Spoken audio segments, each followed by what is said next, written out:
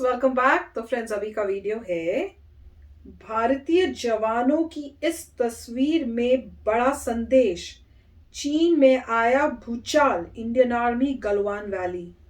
पता नहीं क्या है, तो वीडियो देख के पता चलेगा कि कौन सी बोल रहे हैं, ये पिक्चर कौन सी फोटो है, क्या है। तो चलो जल्दी से वीडियो शुरू करते हैं।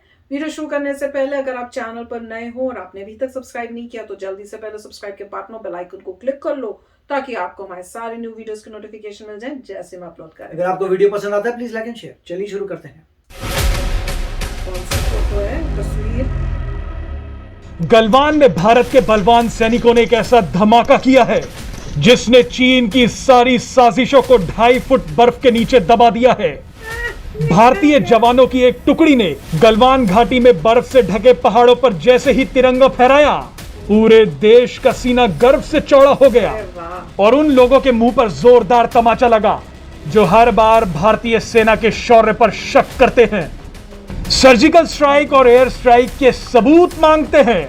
लेकिन दुख की बात तो यह है कि यही लोग चीन द्वारा फैलाए जा रहे गलवान वाले प्रोपेगेंडा पर आंख बंद करके भरोसा कर लेते हैं।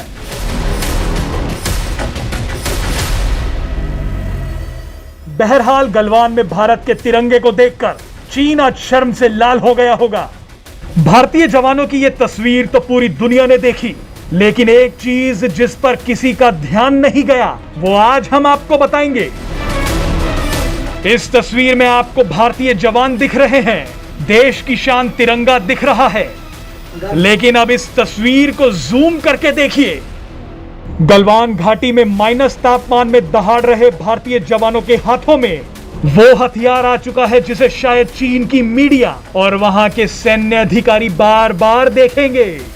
आपको बता दें कि पहले भारतीय सैनिकों के हाथों में इंसास राइफल दिखती थी, लेकिन अब अमेरिका की मॉडर्न 6 716 असॉल्ट राइफल ने मोर्चा संभाल लिया है। 6 राइफल 1 मिनट में 685 राउंड गोलियां दाग सकती है।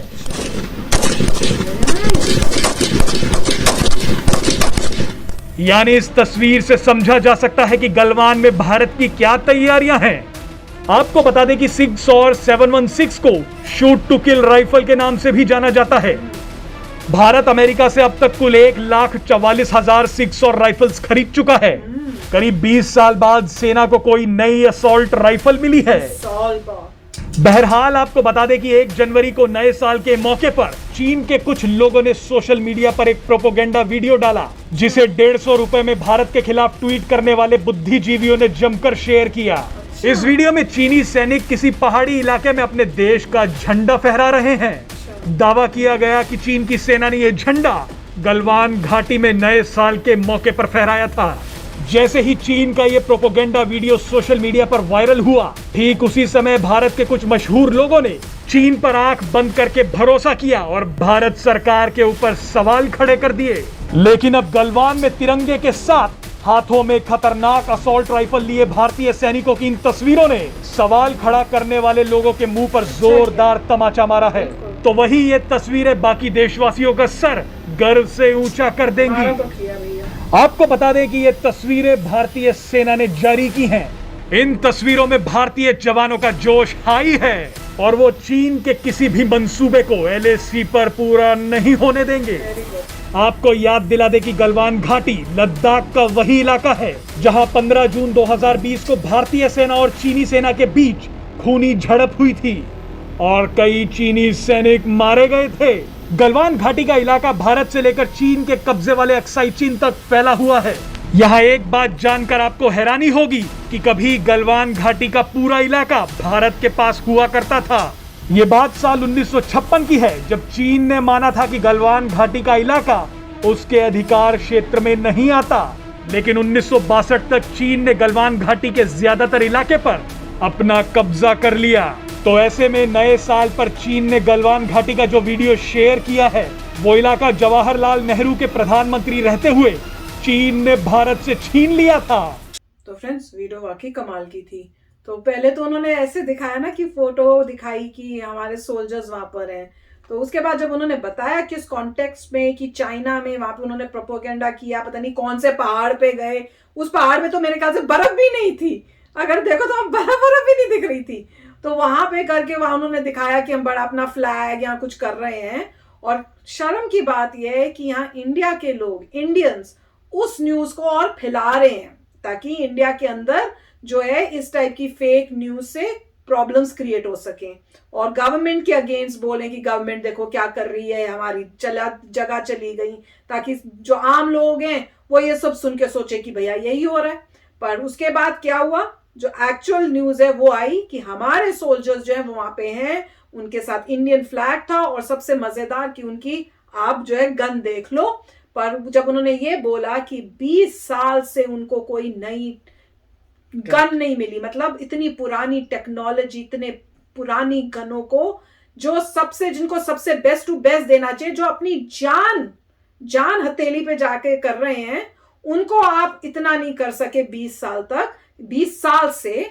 तो सोचो कितनी शर्म की बात है। और अब जाके उनको मिली है, पर मिली है तो सबसे अच्छी। क्या पता नहीं क्या कह रहे थे, 1 मिनट में पता नहीं कितने हंड्रेड्स वो गोलियां मार सकते हैं। तो मैं कह रही थी अच्छा अभी ये चाइना देखे एक्चुअल फोटो, फिर इनको अब समझ में आएगा। उन्हें कहा एक और फोटो डालो, फिर एक और झटका हम आपको देंगे। जितना आप हमको उस टाइप से करोगे, छेड़ोगे, हमने उतना और स्ट्रांग होके आपको दिखाना है। अच्छा, इस वजह से हम तो जाग रहे हैं, हम तो स्ट्रांग हो रहे हैं, क्योंकि 20 साल तक तो जो हो रहा था वो तो अब हमें दिख ही रहा है। पर थैंक गॉड कि आप गवर्नमेंट जो है वो ये सब अपने सोल्जर्स के लिए कर रही है, जो बहुत पहले हो जाना चाहिए था। पर दिस वाज फैंटास्टिक, हमारे सोल्जर्स आर फैंटास्टिक। वो करके दिखाते हैं जो चाइना के सोल्जर्स सोच भी नहीं सकते। राइट, नहीं काफी अच्छा है। देखिए कि कह रहे हैं कि चाइना ने जो भी अपनी फुटेज निकाली है उसके बदले ने इंडिया में दिखाया कि देखिए हम तो स्नो के अंदर हैं। हाँ। वो चीज जो वो नहीं कर पा रहे क्योंकि उनकी फुटेज में स्नो नहीं थी, वो तो मशीनें छोड़ के चले गए चट्टी। तो पहला ये दिखाया कि स्नो के अंदर है, दूसरा न्यू वेपन्स दिखाए, तो वो भी अच्छी बात है। और वही 20 साल के बाद अपग्रेड हुए हैं वेपन्स, तो ये भी मतलब थोड़ी दुख की बात है, बट अच्छी बात है, आ गए हैं। साथ में अब इंडिया ने भी शुरू कर दिया है कि अगर तुमने कुछ ऐसा फुटेज किया तो हमारी तरफ से भी इमीडिएटली फुटेज आएगी। और ये भी इन्होंने अच्छा क्लियर किया कि ये सब हमारे होते थे, मगर 1962 में उन्होंने ऑक्यूपाई कर लिया था, तो ये भी प्रॉब्लम है। अब पॉइंट ये है कि इंडिया को एक स्टेप आगे देखना चाहिए, एक स्टेप आगे बढ़ना चाहिए।